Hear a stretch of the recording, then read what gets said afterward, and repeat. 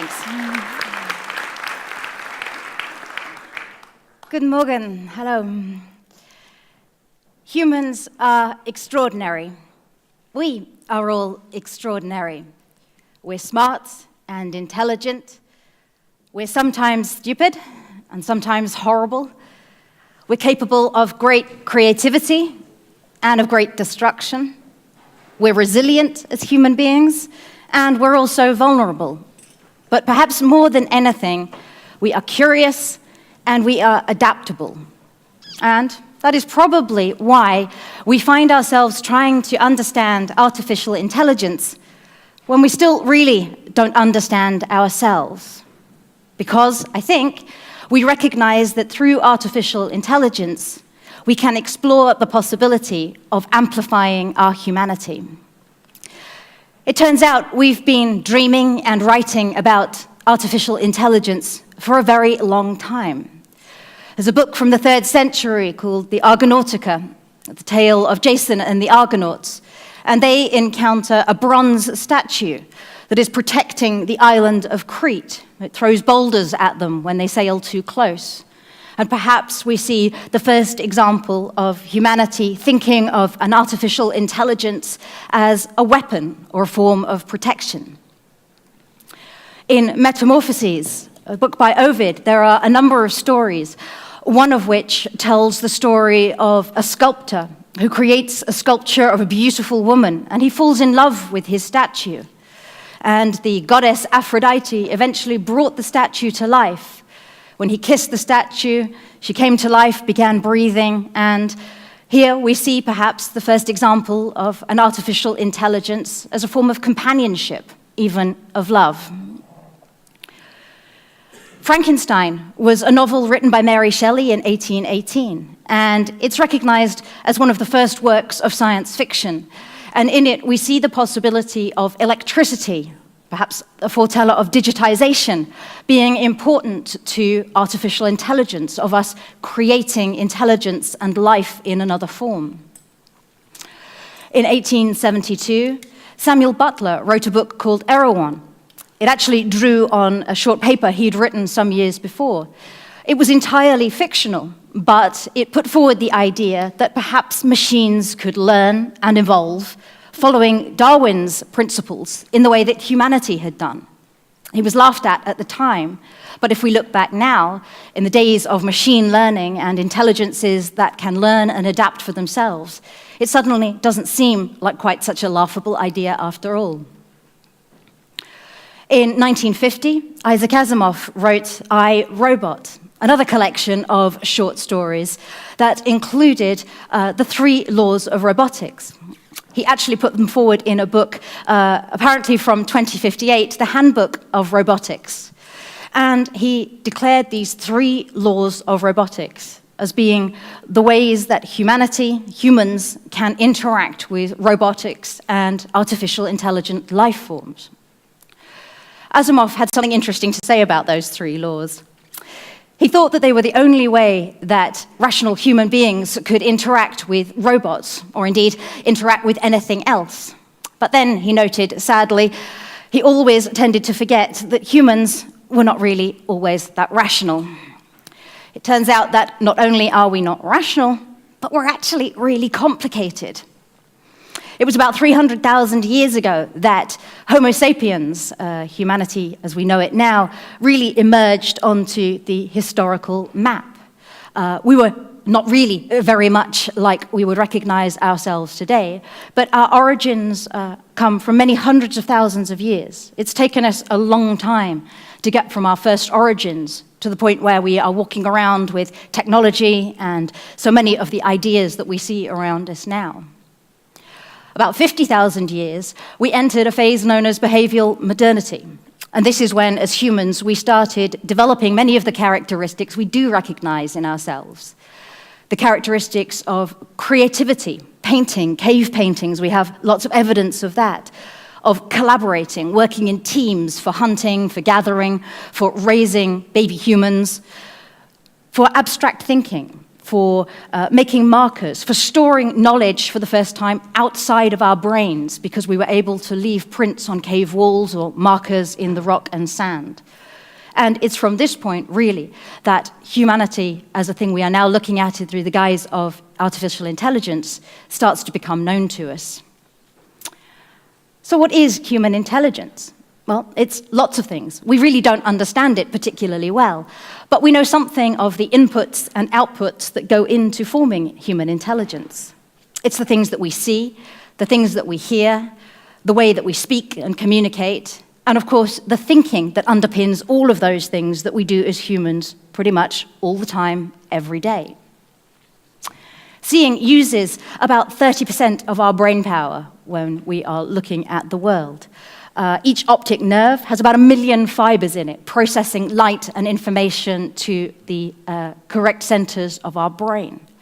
And yet, seeing is not necessarily that straightforward. There's an optical illusion on screen where you can see 2 characters in some squares.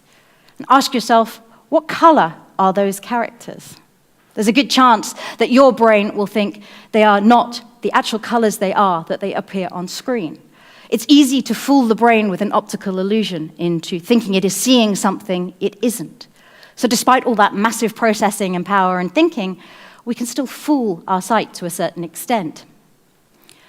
Sight is also one of the areas where, as humans, we're vulnerable sometimes. People like me can be blind. They can have low vision when they don't see very well at all. They can have conditions like color blindness, where certain color combinations prove problematic and difficult to see. We can have situational and temporary visual disabilities, bright sunshine, for example, that makes it difficult for us to see what's on the screen in front of us. Hearing only uses about 3% of our brain at any given time. Our audio nerves have just a matter of a few thousand nerves in them, but we're still processing a lot of audio information. And when we listen, we're thinking incredibly complex ideas and thoughts behind it. If we listen to this famous piece of music, you'll perhaps feel a little bit whimsical, a little bit happy, uplifted. Let's see what you think. Hey Jude, don't make it bad. Take a sad song and make it better. But if we do something very, very simple, like shift that into a minor key, then the emotion that our brain puts in behind the listening experience becomes very different. Hey Jude, don't make it bad. Take a sad song and make it better. And while you've been listening to that, assuming that song is familiar to you, you'll have been thinking about the last time you heard it, the first time you heard it, the emotions that went with those times when you heard that piece of music, how it makes you feel now, and a whole bunch of other things that your brain is tick, tick, tick, tick, tick, feeding into that listening experience. And of course, hearing is another area of human vulnerability. Some people can't hear at all, others don't hear so well, and again, environmental, situational conditions make it difficult to hear. You can all hear me now, I hope, because of technology, but if we were all in a loud and noisy bar, there's a good chance we'd all be struggling to hear each other. So a lot of vulnerability for humans comes with hearing. Speaking uses about 50% of our brain at any given time. We think of it as being quite easy. Most people do speak. But when you think of something very, very simple, like saying hello, this is how complicated and different it can be. Hello. Hello. Hello. G'day. Hey, what's the crowd? Hola. Hola. Hola. ¿Cómo estás? Bien. Xin chào. Xin chào. Xin chào. Bonjour. Bonjour. Bonjour. ¿Cómo está? ¿Cómo está? ¿Cómo está? مرحبا. مرحبا. السلام عليكم. السلام عليكم. السلام عليكم. السلام عليكم. Bonsoir. Bonjour. Allô, ça va être plus tard. Hello. Ciao. Ciao. Konnichiwa. Konnichiwa. Konnichiwa. Konnichiwa. Selamat sejahtera. สวัสดี สวัสดีค่ะใช่สิ Merhaba. Namaskar. Halo. Miglava. Di apa? Yo. Slapos. Kalau tanya. Sawe. Namaste. Chal. Ya, ni nggak boleh. Salam. Ramu. And that's perhaps 20 of the many hundreds of different human languages that we speak around this planet, and so many different ways of just forming a simple greeting. And of course, not everyone is able to speak. Some people have the words formed correctly in their brains, but for some reason the messages don't reach the physical act of speaking, their lips don't form the right words. Some people lack the physical capability of speaking. And so, for various reasons, not all humans find it easy or even possible to communicate using speech. So we come back to artificial intelligence and the seminal paper by Alan Turing, in which he really first put forward the idea that we recognize now as artificial intelligence, the possibility that we could create a machine that had intelligence. And there was a conference in 1956 at Dartmouth College in the United States when they put forward the hypothesis that every human action and form of intelligence could be so precisely described that it could be replicated in machine form. And this really is the beginning of what we now know to be the AI industry or profession or area of specialty. So what about 3 laws of robotics? Well, the first law says that a robot, through action or inaction, may not allow a human to come to harm. Allowing a human to come to harm is an interesting concept. One thing we are exploring through artificial intelligence is how we can use AI to prevent humans from coming to harm by filling in some of the gaps in our vulnerabilities. And one of those is seeing.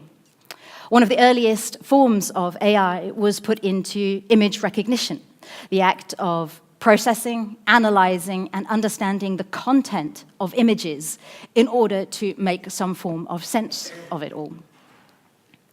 In 1976, they estimated that simulating retinal reality would take a number of actions per second.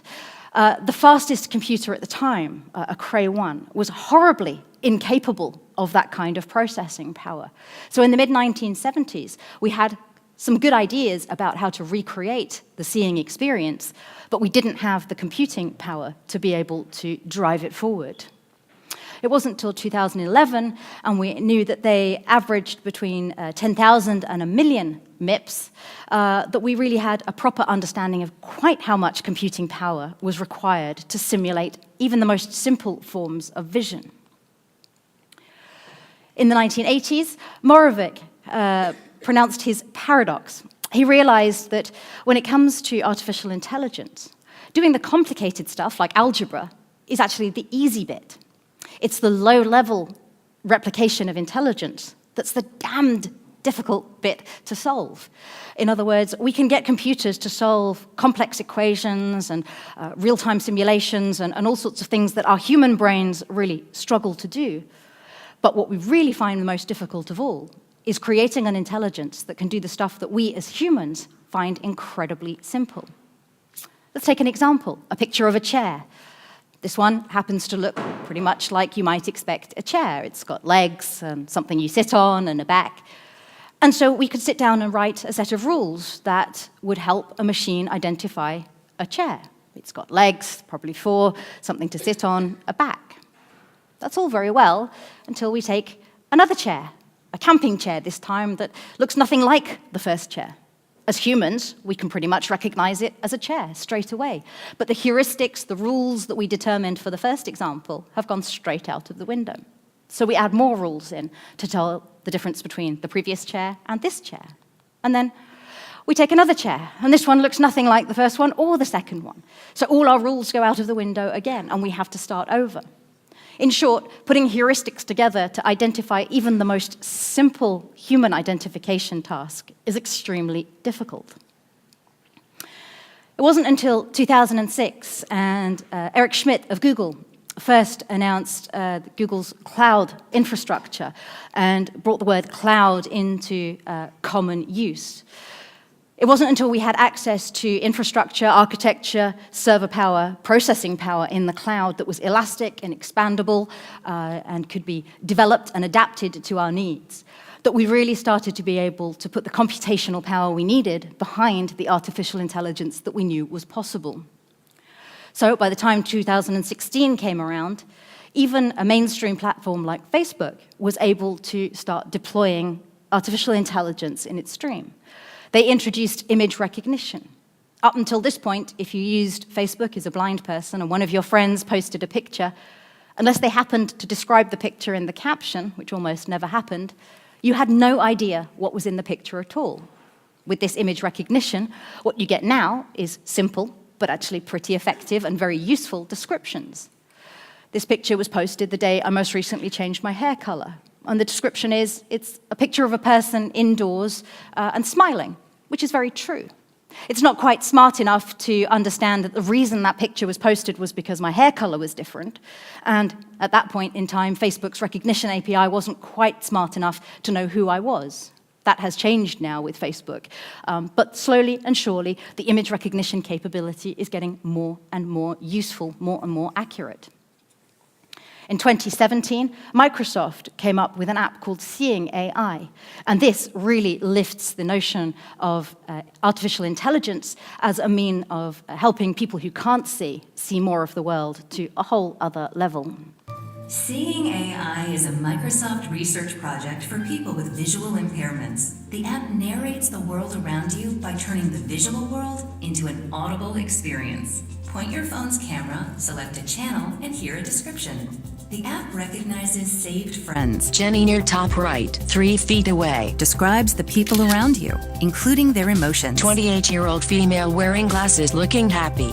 It reads text out loud as it comes into view, like on an envelope. Ken Lawrence, P.O. Box. Or a room entrance. Conference 2005. Or scan and read documents like books and letters. The app will guide you and recognize the text with its formatting. Top and left edge is not visible.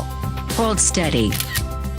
Lease agreement. This agreement When paying with cash, the app identifies currency bills. $20 US.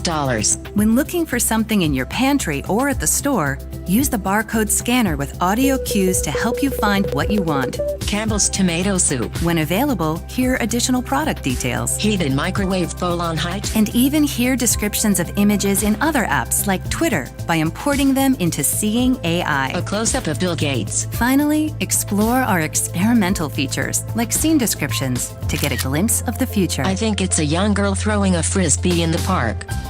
Experience the world around you with the Seeing AI app from Microsoft. And the difference this technology makes just cannot be underestimated. When I first started using it, I remember sitting in a hotel eating breakfast one morning and just thinking to myself, I wonder what would I see if I could look up? Normally, I'd ask the person I was with and would have a description. But instead, I got out my phone, just pointed it straight ahead of me and took a picture, and it told me I was sitting next to a window that I would have had no idea was there, let alone what was outside and through the window, if it hadn't have been for this artificially intelligent-driven app that uses lots of big data, lots of cloud architecture, to bring all of this to my phone, to something I can carry around with me, that helps me overcome so many of the challenges that I experience on a day-to-day basis. In 2018, Apple introduced face recognition to its iOS platform and devices. We saw another step change in AI as a means of overcoming something that humans find difficult.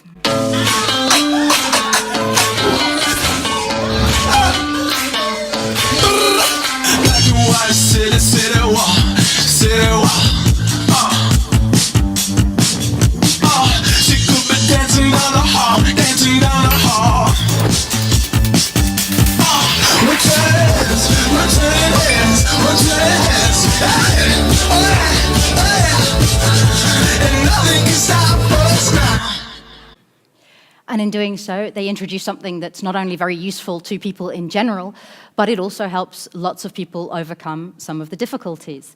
People who find passwords difficult to remember and recall. People who lack physical or mobility, dexterity, and find entering a password cumbersome or difficult. With this, and of course with other forms of biotechnology or bioidentification, things have suddenly become a lot easier, in this case because of image recognition. In other words, our artificially intelligent way of simulating sight. So law number 2, A robot must obey orders given to it by human beings, except where it should come into conflict with the first law. Well, to obey a human being, the thing has got to understand the human being, and to some extent, it has to be able to communicate back with us. And so we see another form of artificial intelligence, that of speech recognition, being able to listen and understand and identify spoken words, and something else that we have put AI into for a long number of years. Back as far as 1993, Apple introduced voice recognition on its Macintosh platform. Macintosh, open letter. Macintosh, print letter. Macintosh, fax letter. While everyone else is still trying to build a computer you can understand, Macintosh, shut down. we've built a Macintosh that can understand you. Goodbye.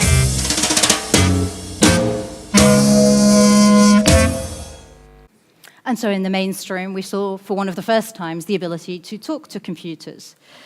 In 1997, Dragon became one of the first pieces of software that we actually recognize as speech recognition software, something that is specifically designed to listen and interpret human speech, in this case, to convert it into text, or in more recent years, into forms of interaction with a computer. So you can control your computer using Dragon software.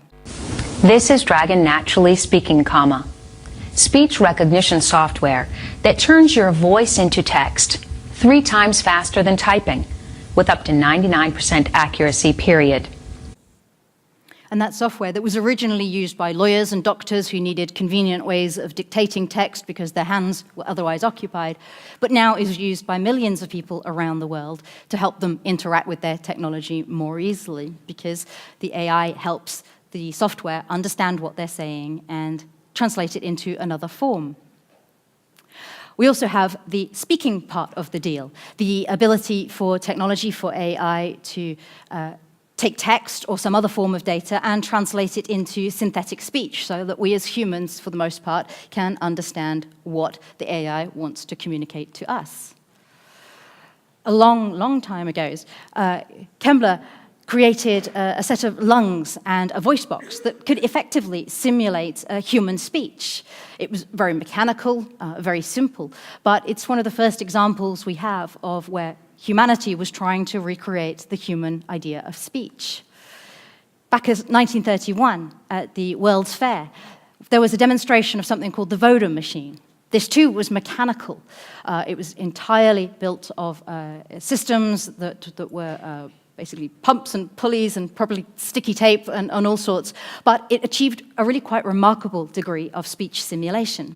The machine uses only 2 sounds produced electrically. One of these represents the breath. The other, the vibration of the vocal cords. There are no phonograph records or anything of that sort. Only electrical circuits such as are used in telephone practice. Let's see how you put expression into a sentence. Say, she saw me, with no expression. She saw me. Now say it in answer to these questions. Who saw you? She saw me. Whom did she see? She saw me. Did she see you or hear you? She saw me. By the 1960s, 1961, we had begun using digital synthetic speech, and we'd also begun trying to make it sing. Daisy, Daisy, give me your answer too. I'm half crazy, all for the love of you. Well, why wouldn't we? All the computational power in a building the size of an airport, and we would make it sing. And of course, where would 2001: A Space Odyssey have been if they hadn't? By 2014, things had got considerably more sophisticated. We saw the first of the voice assistant devices for the home in the form of the Amazon Echo, when our ability to really communicate with a smart technology became something quite revolutionary. Introducing Amazon Echo. Hi there. And some of Echo's first customers. Echo is a device designed around your voice. Simply say Alexa and ask a question or give a command. Alexa, how many tablespoons are in 3/4 cup? 3/4 cups is 12 tablespoons. Echo is connected to Alexa, a cloud-based voice service, so it can help out with all sorts of useful information right when you need it. To me, it's, bringing technology from Iron Man, Tony Stark's house into your own. Echo can hear you from anywhere in the room, so it's always ready to help. I can have the water running, I can be cooking, the TV can be on in the back room, and she still can hear me.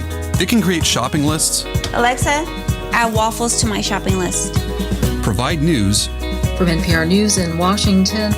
Control lights. Alexa, turn on the lights. We use it to set timers. We use that feature all the time, and that's one that's specifically helpful, I think, uniquely to blind people. Calendars. Today at 1 p.m. there's lunch with Madeline. And much more. And so we are using AI now, again, to help us overcome some of the things we find difficult as humans. Whether it's someone who is blind using the timers or accessing things like news in a more convenient format. Whether it's someone who's got memory-related difficulties, adding something to a shopping list or setting themselves a reminder to do something when they might otherwise forget.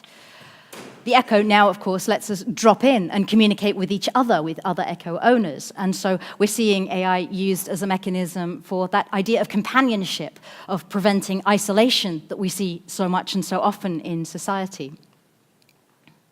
In 2013, something else interesting happened because, of course, a human's ability to communicate is not always reliant on speech.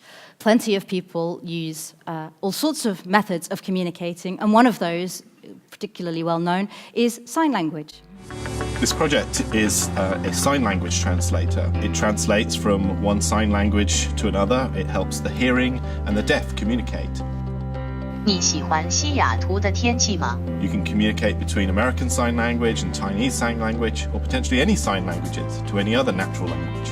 The Connect will capture the sign language and then recognize the meaning of the sign language, including the posture, the trajectory, and then there's an automatic translation into spoken language. 我很喜欢这个. I really like this. And so we have the ability to use AI not only to translate from speech to text, but also from motion to text. And if we can translate that text into speech, we can use these technologies to create a translation directly from, say, sign language to spoken interaction. So all the time we're breaking down barriers between people who speak different languages or who communicate through different mechanisms. And so our final law, that a robot must protect itself, providing that to do so doesn't conflict with either of the first two laws. Well, this is one of the really interesting factors when it comes to artificial intelligence. It's all very well saying that a robot or an AI has to protect itself, but the really important thing we need to remember in this is that we are the ones who build these technologies. And if we make mistakes in that, then all sorts of harm and problems can occur. In 2013, IBM decided that it wanted to train its AI, Watson, to be able to speak in a more informal, recognizable way for humans. So they fed it the Urban Dictionary, thinking it would learn some slang and maybe some vernacular and some informal ways of communicating. What they discovered was it learnt to swear like a sailor, and they eventually had to delete the Urban Dictionary from its memory because it became appallingly impolite, or humorously impolite, depending on your stance of cursing and swearing. But something that we thought would happen with the best of intentions to make an AI more approachable, more normal to humans, had, in fact, a very unintended consequence. In 2016, Microsoft released an AI that was designed to learn from the people that it interacted with, notably from Twitter, and again would become a very approachable thing for human beings. In some respects, I suppose, it actually did fulfill that particular goal, but human beings, especially those on Twitter being what they are, it very, very quickly, within 24 hours, became quite a nasty piece of work that was coming out with all kinds of violent, anti-Semitic, and terrible rhetoric that it had learnt from Twitter. So again, Microsoft had to pull that from the shelves. In 2017, it was discovered that Google's translation AI had a pretty terrible, if unintended, gender bias when it came to translating, I believe, into the Turkish language. It just so happened that when it translated things and was left to make some decisions for itself, it tended to come out with samples that would always put the male half of our species in the intelligent, charismatic leadership type descriptors, and women in the slow, lazy, and not much good for anything at all category of descriptors. It's been corrected, but again, it's just one of those laws of unintended consequences. Nothing that we as the humans who are the architects of these technologies ever intended, but we found that when the AI was left to its own devices, learning from the data sources it was given, these unintended things happen. In 2018, this is my favorite, Amazon's recognition API identified most members of the US Congress as being criminals. I don't know what the outcome of the midterm elections was yesterday, but this may actually turned out to have been more of a prophecy than we ever knew. But still, we can't have our AI running around incorrectly identifying people as criminals. The potential for damage and harm to good, fine, upstanding members of our communities is simply too terrible to contemplate. But again, these are technologies that we are building. We're feeding them the data, and we've got to get that bit right before we can even remotely expect anything that we build to uphold the third law of robotics. So what of all of this? I think Microsoft actually, in their video, put it far better than I can, that artificial intelligence amplifies our humanity. Behind every great achievement, every triumph of human progress, you'll find people driven to move the world forward. People finding inspiration where it's least expected. People who lead with their imagination. But in an increasingly complex world, we face new challenges. And sometimes it feels like we've reached our limits. Now, with the help of intelligent technology, we can achieve more. We can access information that empowers us in new ways. We can see things that we didn't see before. And we can stay on top of what matters most. When we have the right tools and AI extends our capabilities, we can tap into even greater potential.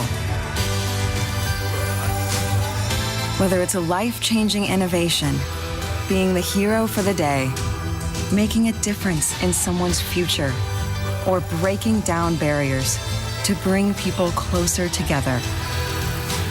Intelligent technology helps you to see more, do more, and be more.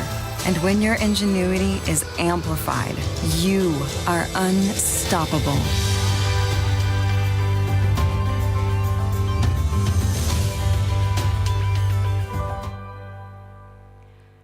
So as we continue to explore the ideas and the possibilities of artificial intelligence, I want you to remember this.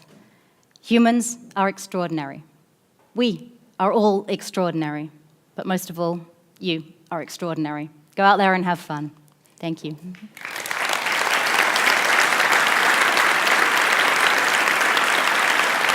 Léonie Watson.